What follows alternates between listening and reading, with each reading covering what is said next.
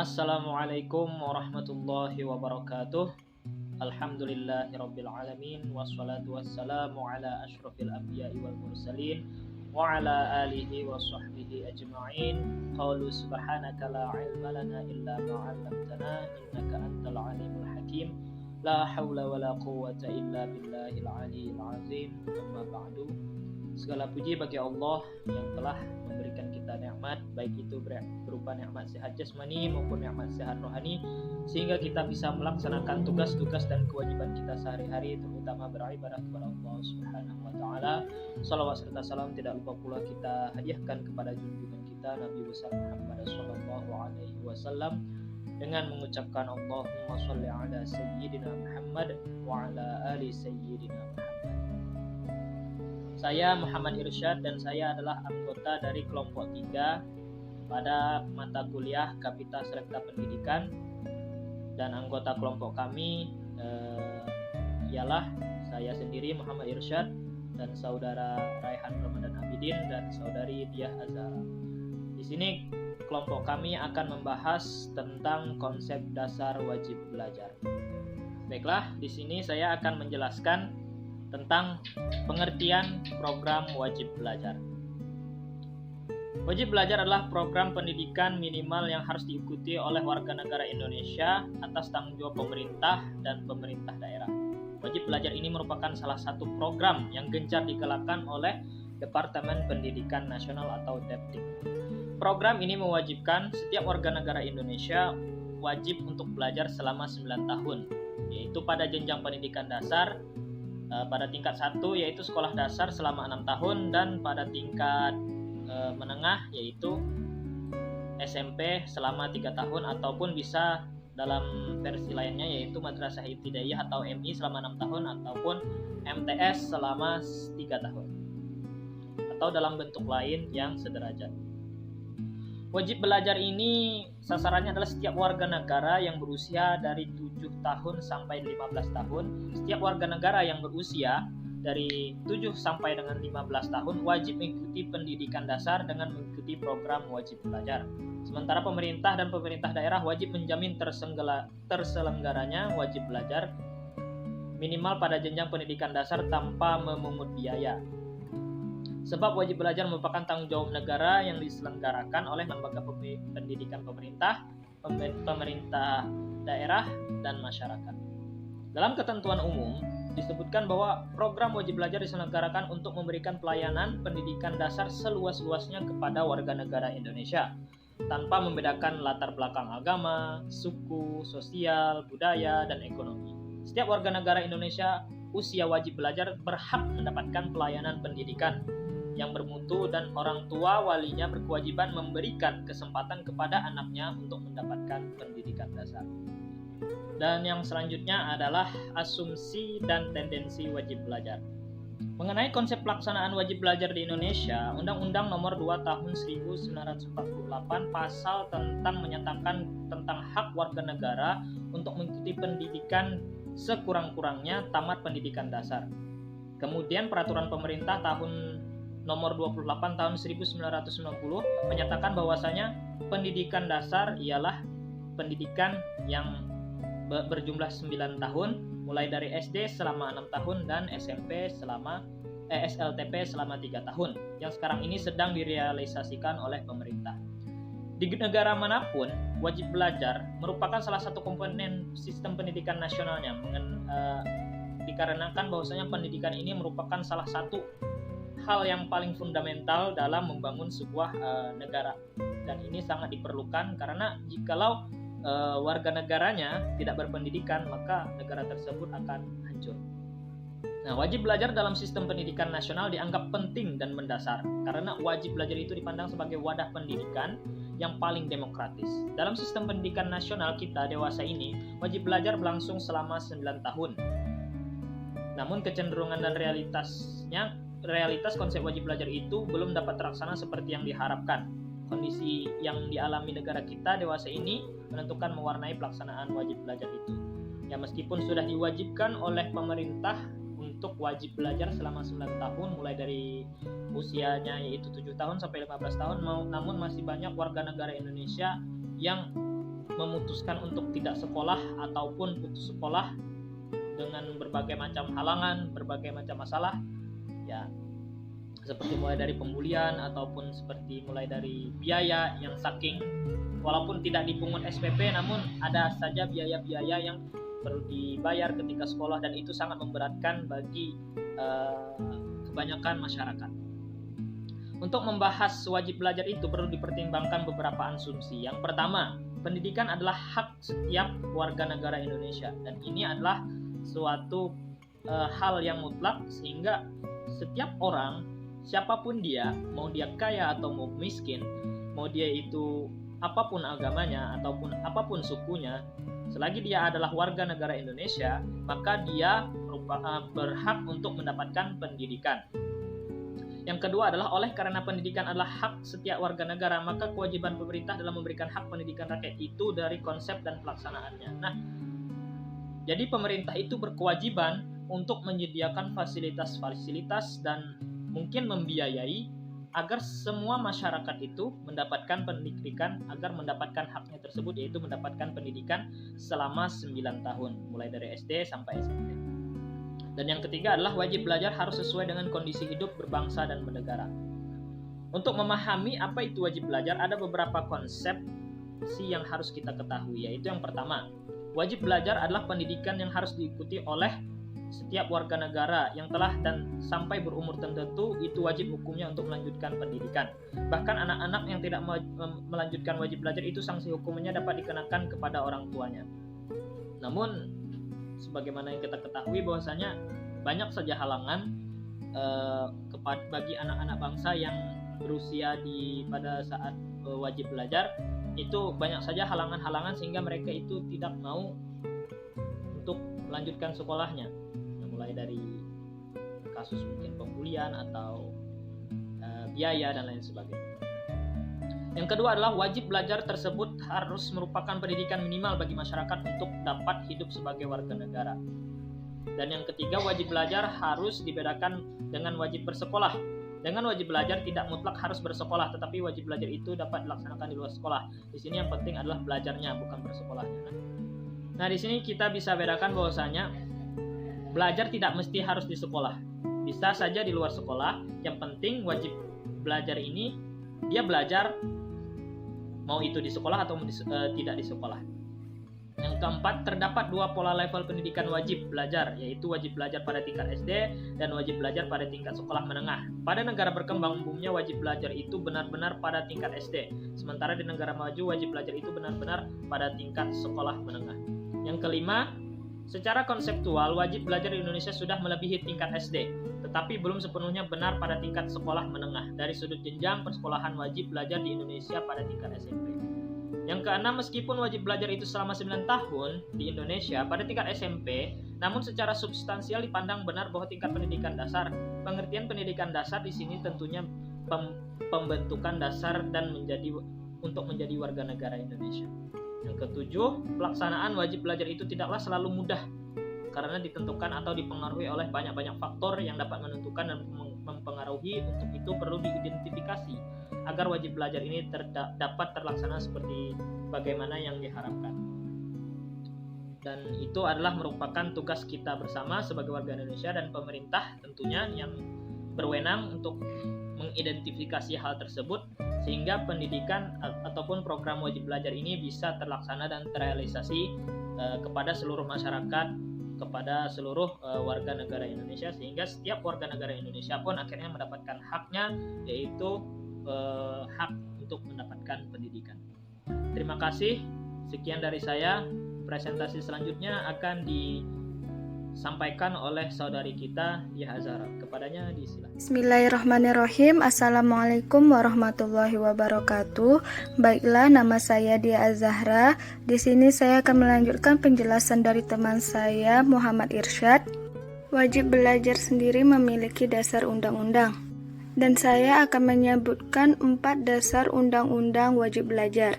Yang pertama, ada Undang-Undang Sistem Pendidikan Nasional Nomor 20 Tahun 2003 Pasal 34 Ayat 32 yang dimana menyebutkan tentang pendidikan dasar gratis 9 tahun bagi anak-anak di negeri ini. Dan pemerintah wajib menyediakan segala sarana dan prasarananya, yang dimana kewajiban belajar ini didasari oleh rendahnya sumber daya manusia Indonesia dan tantangan bangsa yang semakin kompetitif. Kemudian yang kedua ada Undang-Undang Nomor 47 Tahun 2008 tentang wajib belajar Pasal 1 Ayat 1 yang dimana menjelaskan wajib belajar adalah program minimal yang harus diikuti oleh warga negara Indonesia atas tanggung jawab pemerintah. Sementara pada ayat 2-nya menjelaskan tentang pendidikan dasar itu adalah jenjang pendidikan yang melandasi sekolah menengah terdiri dari SD dan SMP sederajat.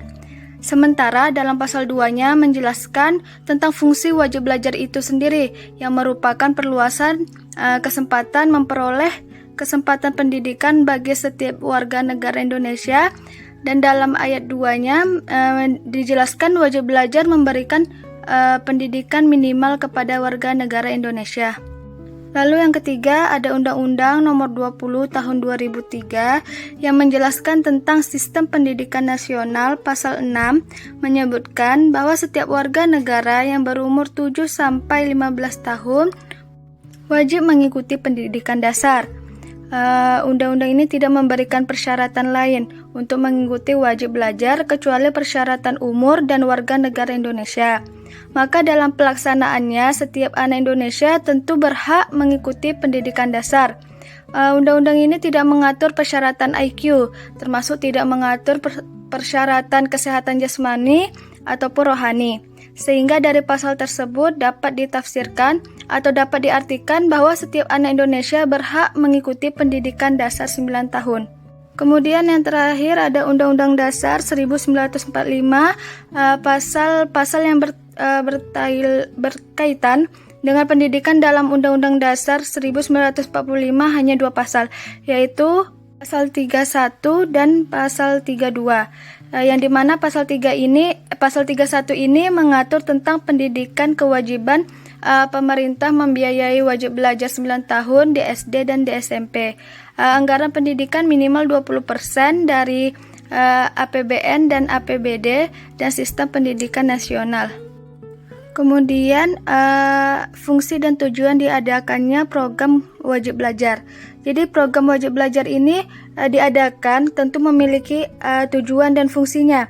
Fungsi pokok dari program wajib belajar ini yaitu sesuai yang tercantum dalam peraturan pemerintah RI, Pemerintah Republik Indonesia Nomor 47 Tahun 2008 yang dimana wajib belajar berfungsi mengupayakan perluasan dan pemerataan kesempatan memperoleh pendidikan yang bermutu bagi setiap warga negara Indonesia.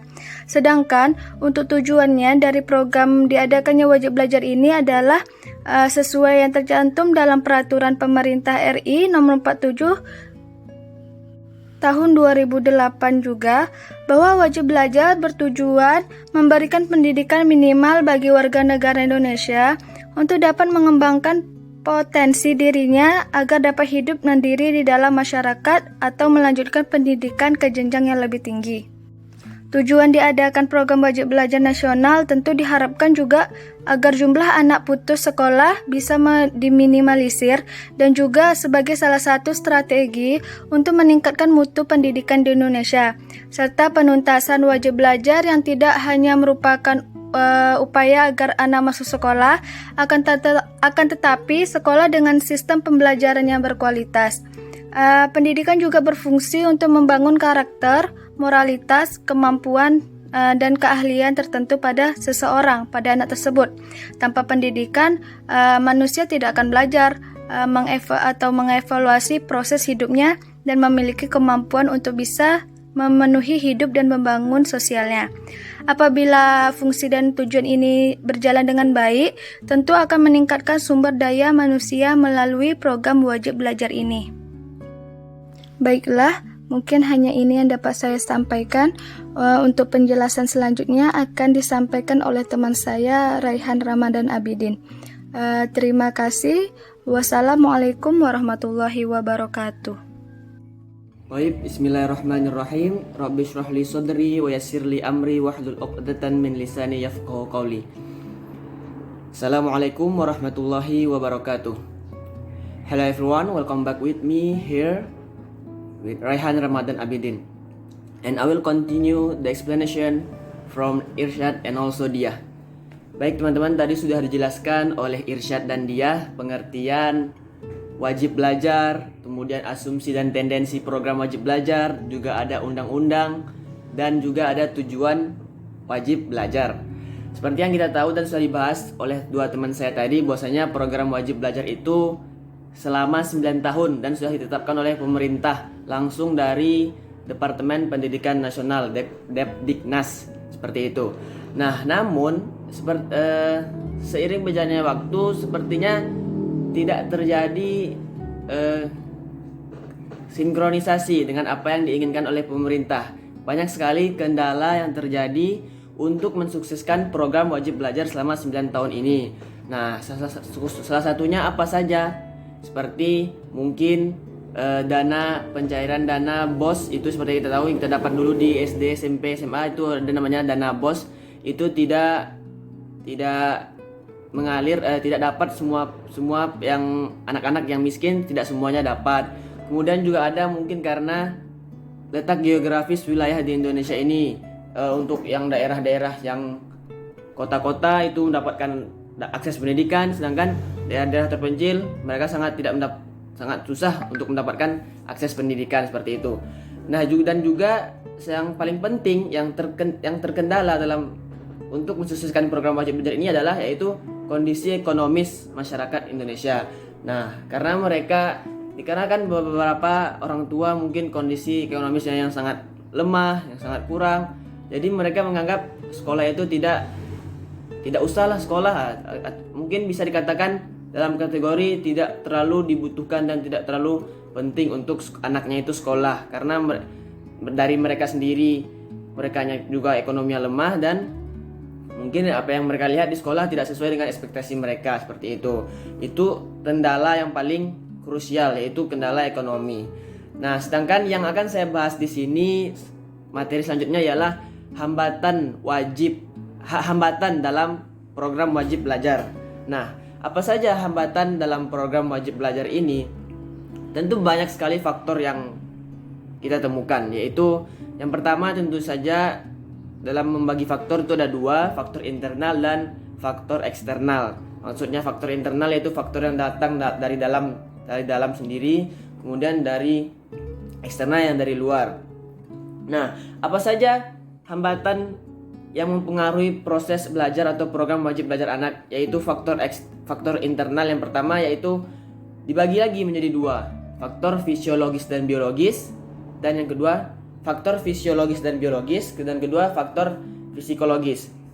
Nah, untuk faktor fisiologis dan biologis itu maksudnya badannya, fisiknya, jasmaninya. Apakah dia itu merupakan anak yang sehat? Apakah dia panca inderanya aktif begitu? Apakah panca inderanya sempurna? Nah, karena kita tahu kalau misalnya anak-anaknya itu saja fisiknya sudah lemah, biologisnya kurang, panca inderanya tidak sempurna, itu sangat menyulitkan anak dalam proses belajar mengajar. Contohnya saja ketika misalnya kita punya teman yang memakai kacamata di sekolah.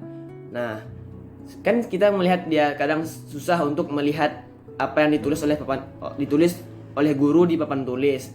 Dia harus menggunakan kacamata dulu, belum terlebih lagi dia duduknya di paling belakang misalkan. Nah, itu kan termasuk faktor psikologis yang menghambat dia untuk belajar, seperti itu. Walaupun tidak menghambat, itu akan memperlambat dia daripada teman-temannya, seperti itu. Nah, kemudian ada faktor fisiologis. Nah, faktor fisiologis ini terbagi banyak sekali, fisik ya. Bukan fisik, psikologis. Yang tadi fisiologis dan biologis. Yang pertama fisik, badan, jasmani. Yang kedua psikologis. Psikologis itu langsung masuk dalam jiwa ya, jiwa, pikiran, hati.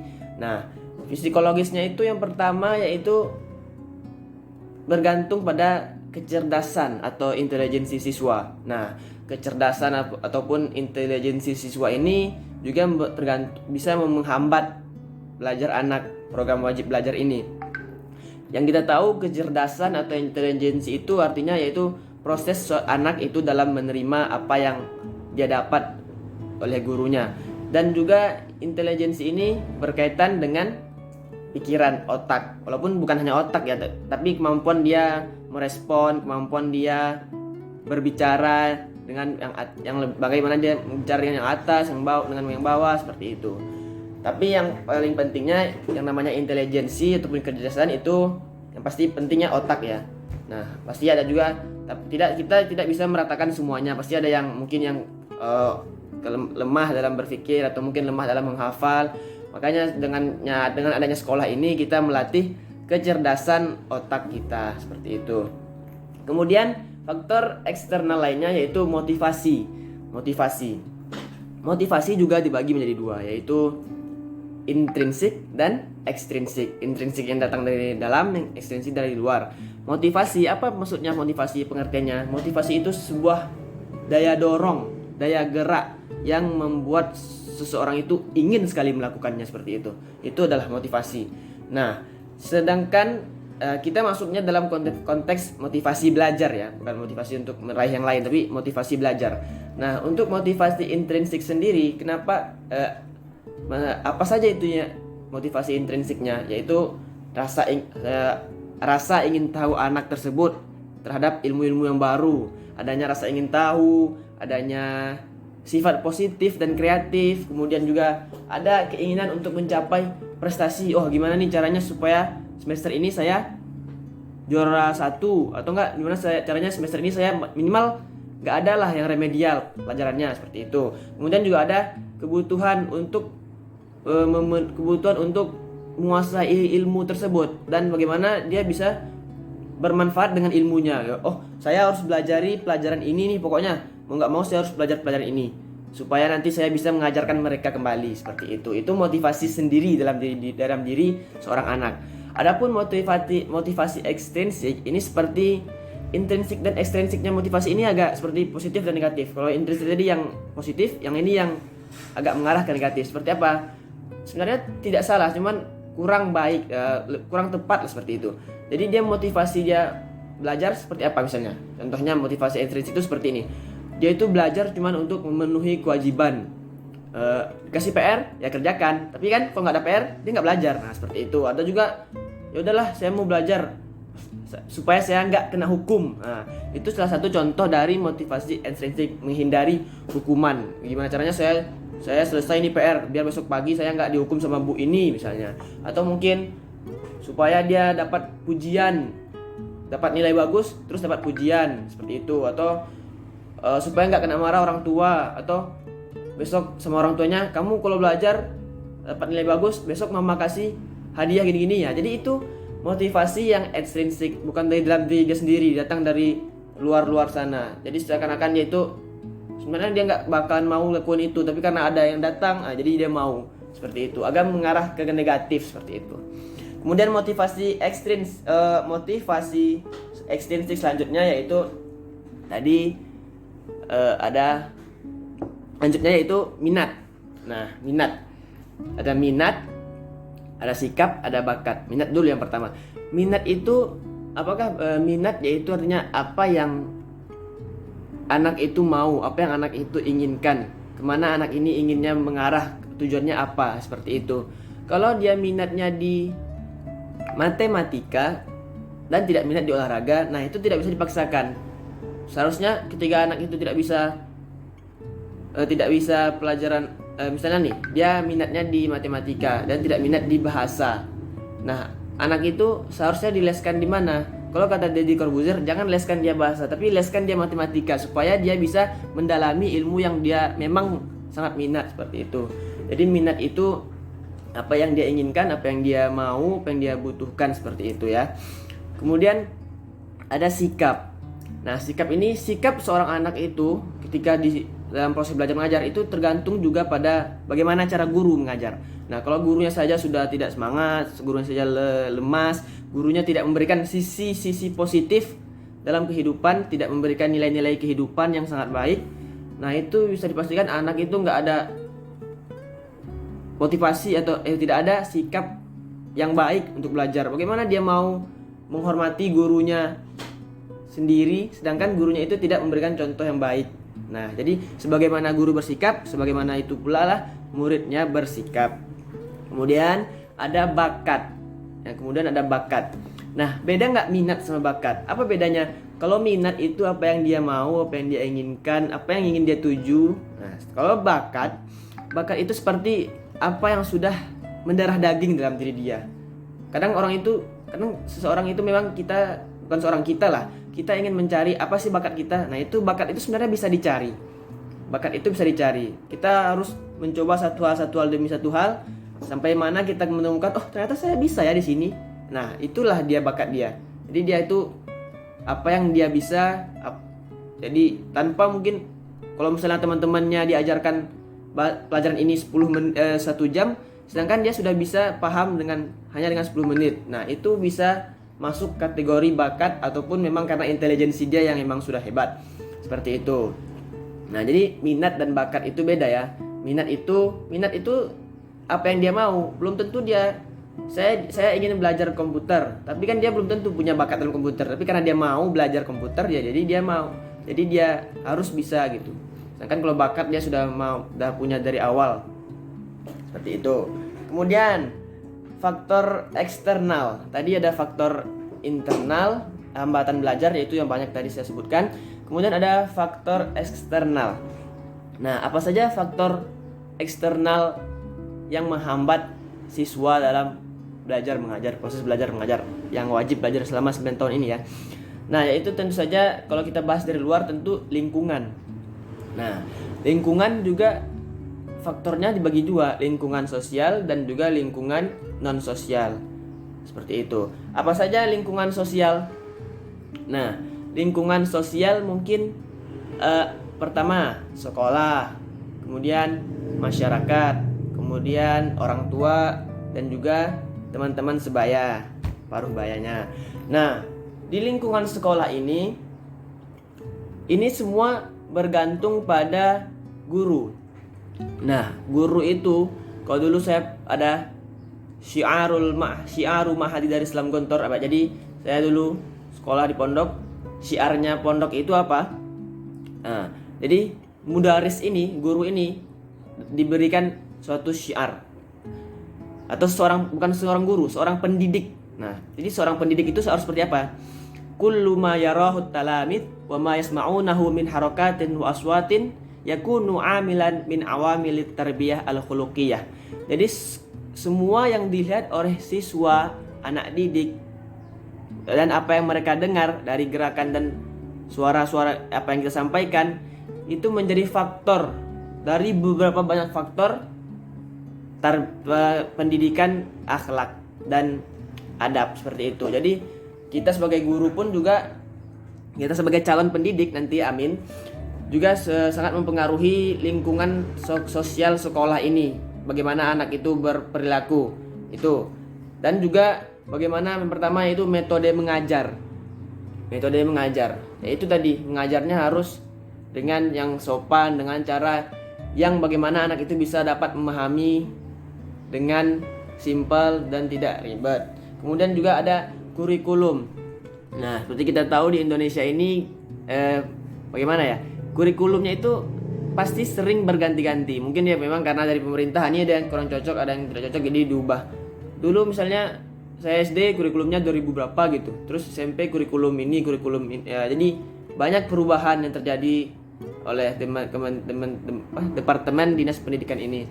Nah, kurikulum juga sangat mempengaruhi proses belajar mengajar anak. Nah, kalau kurikulumnya saja tidak tepat, tentu saja akan menghambat proses belajar mengajar. Kemudian juga penerapan disiplin. Nah, penerapan disiplin ini juga sangat berpengaruh. Kenapa? Seorang anak itu bisa dikatakan patuh apabila dia mau menerapkan disiplin. Nah, ketika guru, dan juga ini paling penting, ketika guru menerapkan disiplin atau di sekolah ini sudah diterapkan disiplin oleh departemen dinas pendidikan, yang mana anak itu harus seperti ini. Namun gurunya tidak mencontohkan apa yang seharusnya dilakukan anak. Alhasil anak tidak mau menerapkan disiplin karena gurunya aja kayak gitu, ngapain saya harus seperti ini. Nah, itu juga kembali kepada gurunya juga, pendidiknya.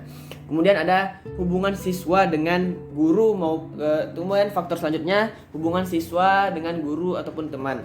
Nah, kadang ada nih kita melihat seorang anak itu ya, dia lesu, diem, nggak mau ngomong. Nah, itu bisa kita lihat psikologisnya baik nggak, mental jiwanya kena nggak gitu. Karena pasti itu ada hubungan yang buruk dengan guru atau temannya. Entah dia dibully kah, atau mungkin dimarah-marahin terus sama guru, atau kayak serba salah, atau misalnya udah buat PR tapi tetap masih dikasih nilai kurang, atau ya seperti itu, atau mungkin dicontek, atau mungkin difitnah. Nah, kalau hubungannya saja mempengaruhi kesehatan mentalnya, kesehatan jiwanya, itu anak tuh udah pasti nggak mau belajar. Karena ya saya juga pernah merasakan kayak malas lah belajar, kayak terkucilkan sendiri seperti itu. Jadi hubungannya juga harus diperbaiki. Bagaimana cara bersosialisasi dengan guru, bagaimana cara bersosialisasi dengan teman. Sebaiknya dicari teman yang banyak. Dengan guru harus sopan, dengan teman harus teman sebaya ya, harus baik gitu. Kemudian ada tugas rumah terlalu banyak. Nah, ini juga tugas rumah terlalu banyak. Kadang memang ya guru ini, kalau menurut saya nih ya pribadi, kenapa tugas rumah itu jadinya terlalu banyak? Sebenarnya balik ke kurikulumnya. Kurikulumnya ini kita dapat pelajaran yang 6 jam pelajaran misalnya, dan 6 jam pelajaran itu berbeda. Sehari 6 jam pelajaran. Bayangkan saja setiap 1 jam pelajaran guru mengasih PR. Berarti dalam 1 hari itu ada 6 PR. Bagaimana anak tidak stres, bagaimana anak tidak bingung gitu kan. Maksudnya sebenarnya kalau niat-niat saja, kalau ikhlas-ikhlas saja dia mau ngerjakan, cuman ya memang mungkin kebanyakan dalam satu waktu kadang gitu kan. Kadang memang dalam hari ini nggak ada PR banget, tapi kemudian juga ada PR banyak. Nah, jadi ini tergantung bagaimana seorang guru meletakkan kapan dia harus dikasih PR, kapan tidak. Tapi kadang guru juga nggak tahu kalau anak ini udah dapat PR dari pelajaran lain, dan itu dia nggak peduli, yang penting di pelajaran dia gitu kan si gurunya. Nah, jadi seperti itu. Mungkin karena emang kurikulumnya kita pelajarannya banyak ya. Kalau membahas sistem pendidikan di negara lain, mungkin sekolah cuma 3 jam, 4 jam ya. Karena di Indonesia dari pagi sampai sore, ya udah, hasil malamnya cuma buat ngerjain PR. Seperti itu. Kemudian ada kemudian lingkungan sosial, tadi sekolah dan sudah saya jabarkan. Kemudian lingkungan sosial, faktor selanjutnya yaitu sarana dan prasarana. Nah, sarana dan prasarana ini juga mempengaruhi, entah itu dari sarana prasarana anak di rumah ataupun di sekolah. Misalnya anak sarana dan prasarana di rumah yaitu anak nih punya buku nggak untuk belajar, atau mungkin sekarang kita online, anggaplah online. Anak ini punya HP nggak untuk dia proses belajar mengajar online sama gurunya, atau dia punya kuota nggak buat masuk Google Meet, Zoom, Classroom segala macam. Nah, ini sarana dan prasarana. Ataupun dia mungkin di rumahnya nggak ada sinyal, atau mungkin rumahnya tidak mendukung, seperti itu. Lingkungan sosial sekolah, sarana dan prasarana. Kemudian yang ketiga, lingkungan masyarakat atau kemasyarakatan. Nah, tempat masyarakat, lingkungan sosial masyarakat ini juga bisa saja menghambat proses belajar anak. Misalnya lingkungannya itu kumuh, atau tidak enak dipandang mata, atau ya tidak nyaman seperti itu. Itu juga menimbulkan anak untuk malas belajar, menimbulkan kesukaran belajar. Nah, sedangkan anak itu butuh tempat yang nyaman, butuh tempat yang tenang untuk belajar, seperti itu. Kemudian ada lingkungan keluarga. Nah, lingkungan keluarga juga penting. Banyak terkadang orang tua itu ya seperti ini. Dia menganggap, oh ya udah, anak saya udah belajar aja di sekolah sampai dan ini dalam pikiran orang tua mungkin ya sebagian. Jadi dia melepas tanggung jawabnya untuk mendidik anaknya. Ketika anaknya udah sampai ke sekolah, ya udah belajar di sekolah. Di rumah tuh nggak mau dia ngajarin anaknya, nggak mau dia didik didik mungkin ya, tapi maksudnya buat menjadi guru anak di rumah tuh nggak mau ngajar anak, udah belajar mengajar kan tanggung jawab sekolah, tanggung jawab guru. Jadi saya nggak perlu ngajar anak saya lagi di rumah seperti itu. Nah ini juga salah. Ini termasuk pola asuh orang tua yang salah. Nah seperti itu. Seharusnya orang tua itu dapat mengembangkan kemampuan anak di rumah, bukan hanya di sekolah. Seperti itu ya. Kemudian ada juga hubungan orang tua dan anak. Kalau tadi di sekolah hubungan anak dengan guru, sekarang hubungan anak dengan orang tua. Nah seperti ini. Kalau anaknya dan orang tuanya itu sering berantem kah atau cekcok, tidak mau saling keras kepala dan tidak mau mengalah, atau bukan sama anaknya lah, misalnya ayah dan ibu sering bertengkar, sering berantem, teriak-teriak, lempar sana, lempar sini, banting sana, bang sini. Nah, anak yang dengar teriak-teriak kayak gitu, akhirnya kena mentalnya, kesehatan jiwanya buyar. Akhirnya anak tuh udahlah gak mau ngapa-ngapain. Orang tua saya kerjaannya tiap hari berantem, tiap hari kayak gini. Udahlah, malas saya hidup. Kadang anak tuh mikir kayak gitu. Udahlah, malas saya, gak ada apa yang bisa saya jadiin motivasi kalau orang tua saya kayak gini kerjaannya di rumah. Jadi ya kurang dapat motivasi dari orang tua. Akhirnya anak tuh nggak betah di rumah. Akhirnya ujung-ujungnya kabur dari rumah, putus sekolah. Itu sampai kayak gitu ada.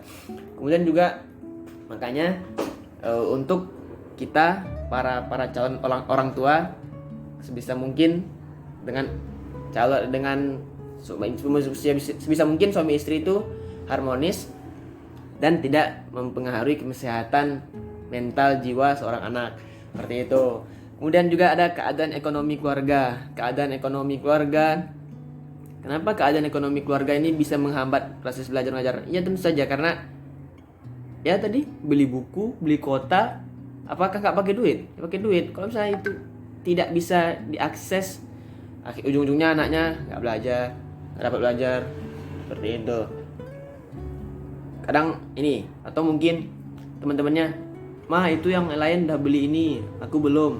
Ya udah, kira-kira sampai di sekolah dia ikut rasa kecil hati, tersinggung, seperti itu. Kemudian ada juga ini masuk yang tadi ya, saya rangkap aja.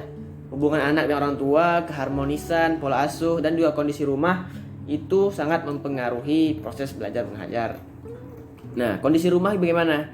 Letak rumah contohnya. Letak rumah kalau dia di pinggir jalan raya, ada yang mengatakan itu kayak kurang kondusif buat belajar karena akan dengar lalu lalang orang jalan kayak ribut gitu suasananya.